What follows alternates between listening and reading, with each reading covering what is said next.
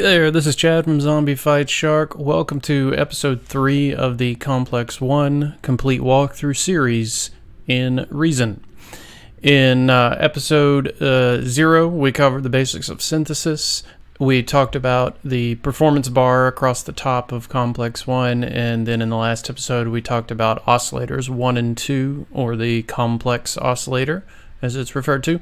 And in this one, it's going to be fairly quick. We're going to talk about Oscillator 3. Not a ton of stuff in Oscillator 3, but we're going to go over everything here. Let's get into it. So if you watched the last episode, then you're probably going to just be able to look at this and tell what's going on almost immediately.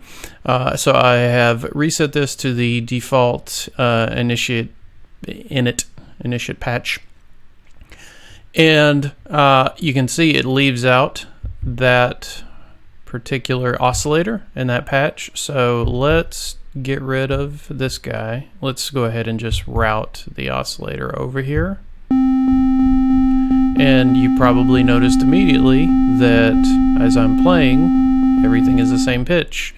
And that is because while the gate is controlled here, see, gate goes to the ADSR envelope, which goes to here, which goes to volume. We don't have any control from keys. So let's go ahead and fix that real quick.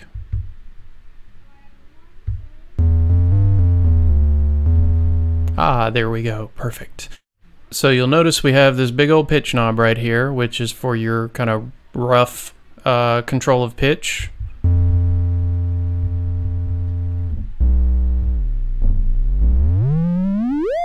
Sweeps all the way up 3 octaves or down 3 octaves.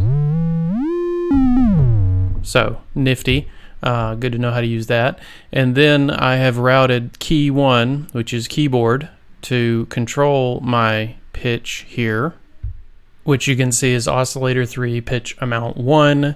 And if you change this from 100%, then your keys are no longer going to be each worth 100 cents. So I'll right, okay, so that is with at 100. Then let's just do right here, I'll play the same thing. Now we're gonna bump it up a little bit here. So we got some weird microtonal stuff going. So be aware that's how you can kind of get, you really want to start detuning stuff, or just, if you just want to get weird, then that's a fun one to play with. And then just, let's get weird, man. Then we have pitch amount 2. So what good is pitch amount 2? So why don't we route something to it and find out? All right, what do we say? Let's do good old LFO.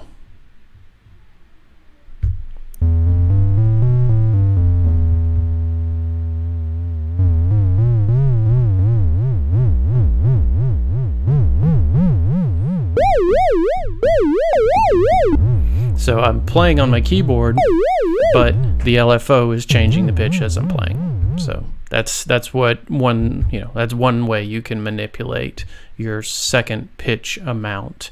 There's lots of things you could do there. I'll demonstrate one other one that is a common method. Right, so I still have my LFO routed here, and I just wanted to create a pulse, a little bit of a pulse between oscillator 1 and 2, and thicken it up a little.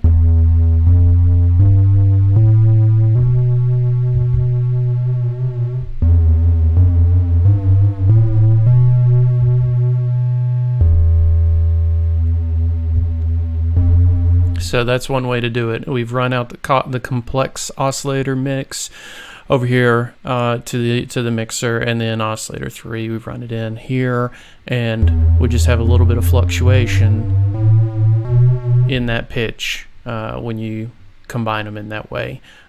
So sticking in with the pitch things, so Oscillator 3 Range, let's play with that and see what it does. Oh, what's it doing?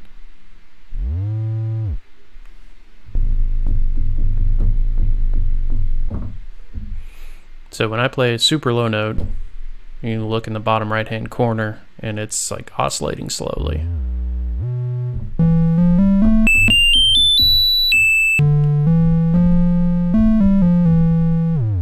And so that is the range of basically the easiest way to think of it, the way I think of it, is the home note for your oscillator. So if I'm at 0,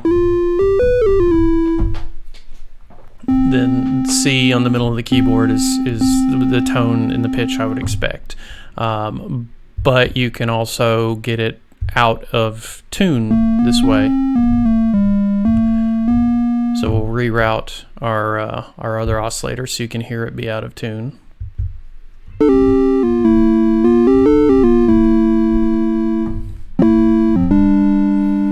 So let's just play with that range while we...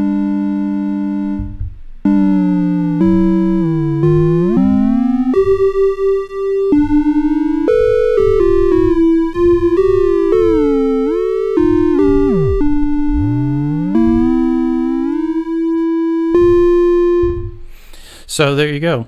Yet one more way to manipulate the pitch of your oscillator. Obviously that's static. There's nothing to route to that particular range, but one more way to do it. Shape does the same thing that shape does on the complex oscillator. You have your 3 different types of shapes here. Now sawtooth, and then moves to not a saw per se, but you got 2 different levels of sawtooth. So if you need to change your phase or something like that, that's a way you can play with it. And then in the middle you've got your triangle wave, and just like on the complex oscillator, right here next to it, Oscillator3 shape, you can fluctuate that through whatever routing you want to do. So we'll just stick with the LFO here, route it over here, and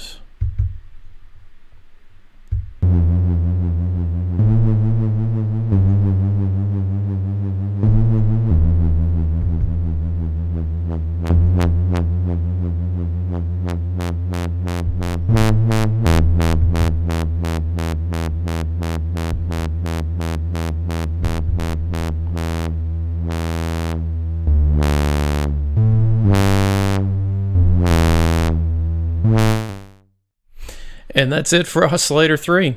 So if you have any questions, please put them in the comments below and I'll try to answer them. In the next episode, we're going to talk about the filter and how you can manipulate these sounds a little bit more once you've got your awesome patch. So thanks for watching, thanks for your eyes and ears, and I'll see you next time. Cheers.